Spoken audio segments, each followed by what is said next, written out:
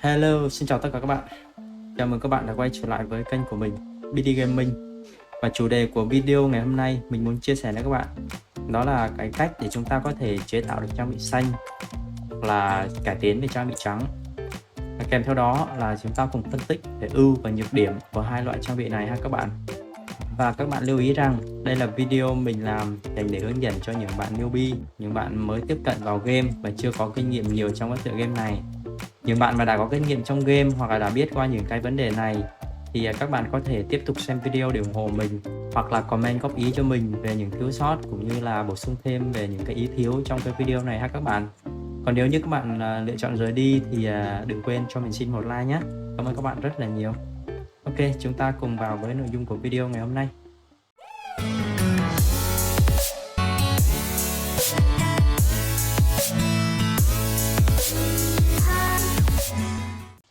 Trước khi vào nội dung chính của video ngày hôm nay, mình có một cái thông báo nho nhỏ muốn gửi đến các bạn ha. Đó là thời gian tới đây vào ngày 16 tháng 10 này trở đi thì mỗi thứ bảy hàng tuần mình sẽ làm những cái buổi livestream để cùng với các bạn thảo luận về cái kinh nghiệm chơi cái tựa game này ha các bạn.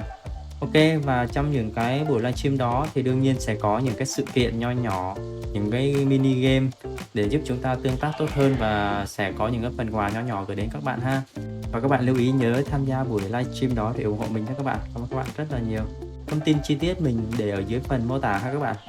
Các bạn có thể tham khảo thêm tại đó, và chúng ta cùng vào luôn với nội dung của video ngày hôm nay nhé.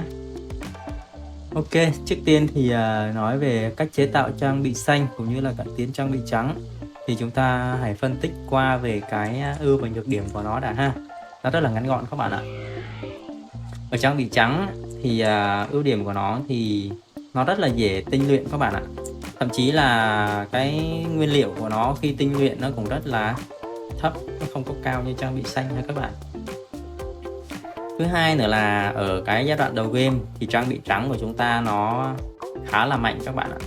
Tại vì sao nó mạnh? Tại vì chúng ta dễ tinh luyện, chúng ta dễ kiếm, dễ có thì đương nhiên nó sẽ mạnh rồi, đúng không các bạn? Cái nhược điểm của nó ấy là thuộc tính chỉ số của nó rất là thấp. Cái chỉ số thuộc tính của nó này, để mình vào trong cửa hàng mình so sánh luôn cho nó dễ phân biệt ha.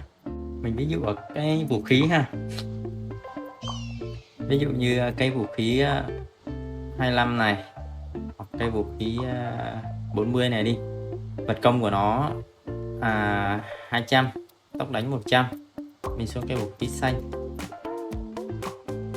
đó, vật công của nó tới 300 và tốc đánh của nó tới 150. Đây là cái chỉ số cơ bản của nó, thì đương nhiên cái vũ khí trắng nó sẽ không cao bằng vũ khí xanh ha các bạn ha.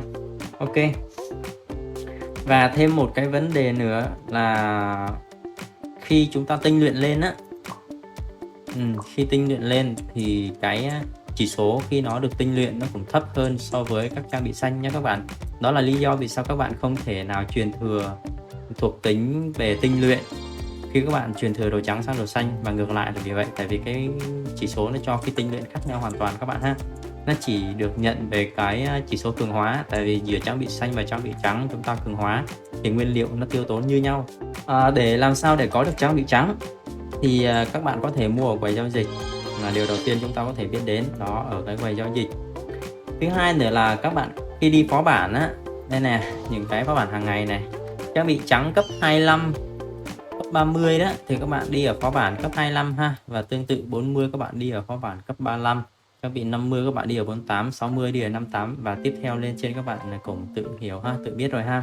Nếu các bạn không nhặt được nhân phẩm, các bạn không nhặt được trang bị trong những cái phó bản ấy thì các bạn có thể xin người chơi khác, và có cái phím gọi là chuyển đổi tương tự như thế này này, các bạn có thể xin người chơi khác với những trang bị mà các bạn cần ha. Thì biết đâu có một số bạn người chơi tốt tính thì họ sẽ tặng các bạn, hoặc là khi các bạn có những món họ cần thì sẽ đổi ngược lại cho các bạn ấy ha. Về còn phần cải tiến trang bị thì các bạn muốn cải tiến trang bị các bạn làm như thế nào? Rất đơn giản các bạn ạ. Các bạn chỉ cần nhấp vào cái trang bị trắng của các bạn và bấm vào cải tiến. Khi các bạn nhấn vào cải tiến thì mặc định chúng ta sẽ được mang đến cái NPC cải tiến trang bị ha các bạn.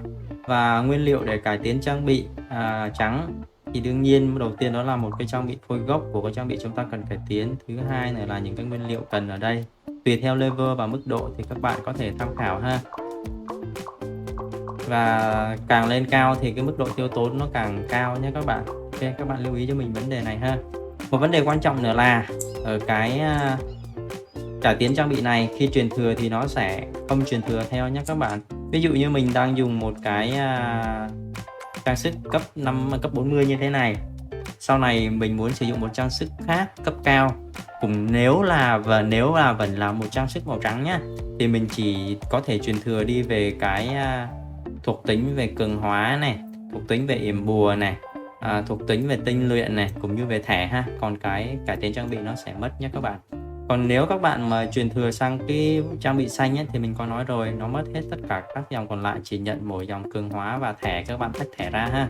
Ok, đó là những gì mà chúng ta cần lưu ý về cái vấn đề cải tiến trang bị trắng. Tiếp theo chúng ta cùng sang với cái trang bị xanh ha. Ở phần chế tạo trang bị xanh thì làm thế nào để có được trang bị xanh? Trước khi nói về cái vấn đề làm thế nào để có được trang bị xanh thì chúng ta cùng phân tích qua cái ưu và nhược điểm của trang bị xanh. Đương nhiên lúc này khi nói đến trang bị trắng thì các bạn cũng biết ưu điểm của trang bị xanh thì cái chỉ số thuộc tính cơ bản của nó sẽ cao hơn về trang bị trắng.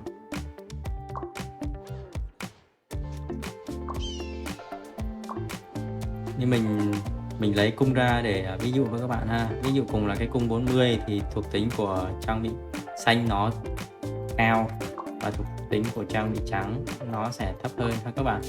Và cái ưu điểm tiếp theo nữa của cái trang bị xanh là chúng ta có thể dùng đến ở cái giai đoạn mid game, và một số bạn người ta cùng sử dụng đến cái giai đoạn tiền của late game luôn ha các bạn ha. Nên là khi dùng trang bị xanh thì chúng ta xác định nó sẽ đi được rất là xa, đi được lâu dài hơn là trang bị trắng.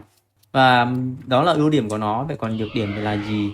Nhược điểm của nó thì so với trang bị trắng thì là cái tinh luyện nó rất là tốn kém các bạn, và tỷ lệ thất bại nó cao hơn trang bị trắng. Vậy nên rất ít khi mà chúng ta có thể, những người cày chay, những người free to play có thể tinh luyện được trang bị xanh nó lên một cái cấp độ cao ha.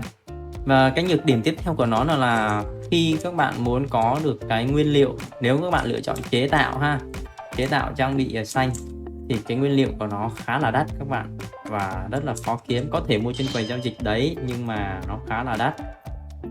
Trang bị liệu chế tạo trang bị này nó khá là đắt ha.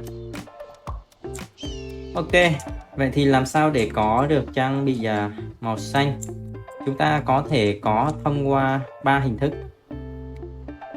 Cơ bản là 3 hình thức ha. Hình thức thứ nhất, các bạn có thể mua trên quầy giao dịch nếu những người chơi khác bán. Ok chưa? Các bạn có thể mua trên quầy giao dịch. Đó, có một số bạn đặt mua đây. Đó, nếu người chơi khác bán thì chúng ta có thể mua được. Hình thức thứ hai là chúng ta có thể quay gacha bằng những cái xu mà chúng ta làm ở cái nhiệm vụ thương hội hàng ngày. Đây, mình sẽ vi phạm. Và tại quay trang bị này chúng ta có thể lựa chọn đến trang bị theo level mà chúng ta muốn quay. Ví dụ như 40, 50, 60, thậm chí là 70, 80. Tương ứng như vậy thì tùy vào cái cấp độ của trang bị mà cái lượng xu chúng ta tiêu tốn nó cũng sẽ tăng lên ha các bạn. Và đương nhiên đây là một hình thức nhân phẩm hên xui may rủi, tại vì xác suất ra của những cái trang bị chúng ta cần thì thường nó khá là thấp, chứ không phải là cứ quay là có ha các bạn. Nên các bạn lưu ý nếu mà lựa chọn cái phương án này. Và cái cách cơ bản nhất và người chơi thường hay sử dụng nhất nữa đó là chúng ta có thể chế tạo trang bị ha. Tại thành Frontera, để chế tạo trang bị màu xanh chúng ta cần phải có một cái phôi cơ bản, và tại thành Frontera chúng ta sẽ có được cái trang bị đầu tiên màu xanh ở cái level 30 ha các bạn. Chúng ta có thể nhấn vào cái map, sau đó nhấn đến NPC của map này và tìm đến cái NPC gọi là rèn vũ khí hoặc rèn phòng cụ hoặc rèn trang sức ha các bạn. Mình sẽ đến vũ khí để làm màu cho các bạn.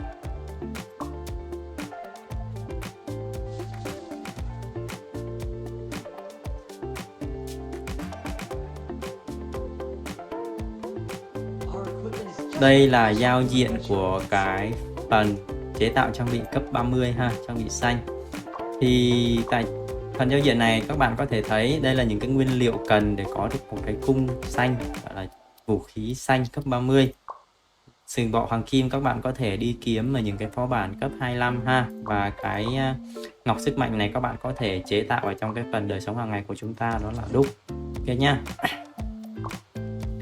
Và đương nhiên ở cái nguyên liệu này nè, ví dụ như cái sừng bọ hoàng kim các bạn có thể đi phó bản rơi ra, hoặc các bạn cũng có thể tìm đến khi mà các bạn mua ở trên quầy giao dịch này từ những người chơi khác ha. Và tiếp theo, khi các bạn đã có được trang bị cấp 30 thì các bạn phải làm sao để lên được trang bị cấp 40, và tương tự như vậy là 50, 60 và 70 thì đơn giản là các bạn chỉ cần nhấp vào trong cái trang bị của bạn đang mặc này, các bạn ấn chế tạo trang bị. Thì đương nhiên đây là mình đang ở cấp 40 nhá. Khi mình ấn chế tạo trang bị thì nó sẽ dẫn tới mình một cái NPC để giúp mình chế tạo trang bị cấp 50 ha các bạn. Về cái phần nguyên liệu cũng như là cái NPC để các bạn có thể chế tạo phòng cụ cũng như là trang bị thì các bạn nhấn vào bản đồ và tìm đến, sau đó xem cái nguyên liệu nó yêu cầu và các bạn làm theo nhé. Mình sẽ không hướng dẫn nữa, nó sẽ tốn thời gian được video này. Khi bạn nhấn vào cái trang bị của các bạn và nhấn chế tạo trang bị thì tự động nó sẽ mang các bạn đến một cái NPC khác để chế tạo trang bị ở cấp cao hơn ha. Ok, đó là khung dài vinh dự. Cái này là cái mình đang nhắm tới. Và cứ thế tất cả trang bị của chúng ta, kể cả phòng cụ cũng như trang sức, nếu các bạn đã lựa chọn xài trang bị xanh thì nó sẽ thăng cấp dần và tất cả các thuộc tính của nó tất cả các thuộc tính của nó ha các bạn. Đó, đây, tất cả các thuộc tính của nó sẽ được truyền thừa hết sang cái trang bị cấp cao hơn khi các bạn nhấp vào trang bị đó và chế tạo trang bị ha. Nó sẽ không còn chức năng gọi là kế thừa trang bị nữa, tại vì khi bạn sắm cho mình được một set đồ xanh hoàn chỉnh thì các bạn chỉ việc nhấp vào nó và lên, trừ khi các bạn muốn đổi đồ. Ví dụ như ở cái phần trang sức này ha, ví dụ như trang sức thì nó có khá là nhiều loại trang sức dành cho đồ xanh ha. Nó không như đồ trắng chỉ có 2-3 trang sức thôi, nhưng đồ xanh thì nó khá là nhiều. Thì các bạn có thể tham khảo này, ví dụ như ở đồ xanh cấp 30 này, nó sẽ có các dòng linh hoạt này, dòng trí lực này, dòng sức mạnh, dòng nhanh nhẹn và thể lực, cũng như là dòng may mắn. Các bạn thấy chưa? Vậy nên khi các bạn muốn truyền thừa cái trang bị xanh này thì các bạn cũng nên lưu ý cho mình nhỏ ha. Trên đây chỉ là cái cách để chúng ta có thể chế tạo được trang bị xanh hoặc là cải tiến được trang bị trắng thôi nha các bạn. Còn những cái sai lầm và những cái thủ thuật khác, những cái mẹo khác thì mình sẽ làm chi tiết hơn ở từng cái video sau cho từng loại trang bị nhé. Nếu các bạn cảm thấy video này hay và giúp ích được cho các bạn thì nhớ cho mình xin một like, cũng như là nhớ đăng ký kênh của mình để ủng hộ mình nhé các bạn. Ok, cảm ơn các bạn rất là nhiều. Hẹn gặp các bạn trong video sớm nhất.